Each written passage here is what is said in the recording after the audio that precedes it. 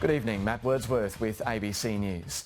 The Gold Coast Commonwealth Games closing ceremony has been blasted as being a mistake, a disappointment and a stuff-up. And that's just from the organisers themselves. Many spectators and even athletes left last night's ceremony before it had finished. Amid criticism, the athletes' parade was ditched from the live broadcast. And while Channel 7 commentators expressed outrage on air, it's emerged that the TV channel was given a briefing before the event. Kieran McKechnie reports.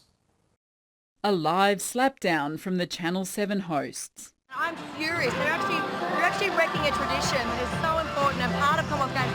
You want to see the athletes come in, you want to see them jumping in front of a camera, you want to see them celebrating 11 days of great sport. And this morning, a no-holds-barred apology. That was clearly a mistake. The people who are angry about this are justified. The people who are critical are justified. Michael, the only thing I can say is we actually stuffed that up. The closing ceremony's been universally criticised for not broadcasting the athletes' march, and in particular Australia's flag bearer Kurt Fearnley. Whoever made that decision not to allow those athletes to march in should hang their head in shame.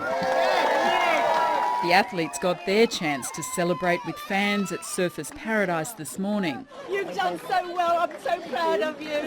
I'm watching you closely. For many, it was the buzz they didn't get last night. I feel like, last night might have just been a warm-up and this is the real closing ceremony today.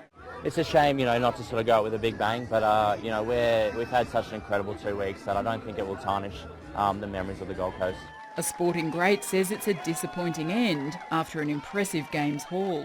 Everything else over the whole games was absolutely tremendous, and it's a bit of a shame that they sort of dropped the ball right at the last. Instead, spectators and even athletes left early. Games organisers also copped flack for a series of boring speeches, another criticism the Gold Coast Games boss couldn't deny.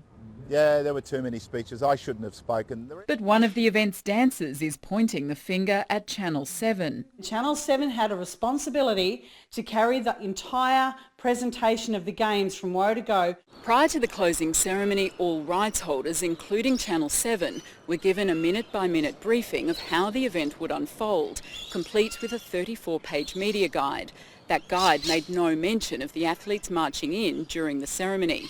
Organisers have confirmed that Channel 7 had representatives at that briefing.